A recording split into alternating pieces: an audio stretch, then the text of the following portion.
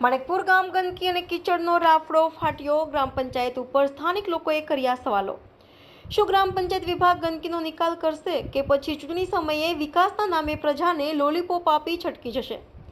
માણેકપુર ગામની અંદર મુખ્ય રસ્તો ગામ લોકો માટે બન્યો મોત સમાન। કોઈ અકસ્માત થાય કે બીમારી ફેલાય તો જવાબદારી કોની? આવા અનેક પ્રકારના પ્રશ્નો લોકો કરી રહ્યા છે।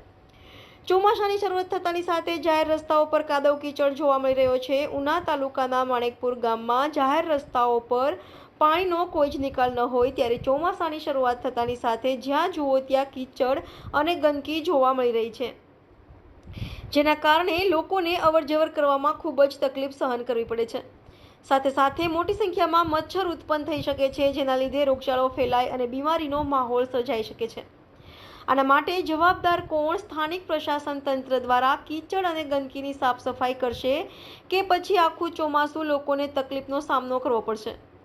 સૂત્રો દ્વારા જાણવા મળ્યું કે દર વર્ષે આવી જ પરિસ્થિતિ સર્જાય છે અને તંત્ર દ્વારા કોઈ એક્શન લેવામાં નથી આવતું।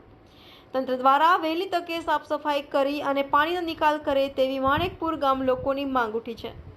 સંવાદદાતા જયેશ સાંખટ, દીવ મિરર ન્યૂઝ, ઉના।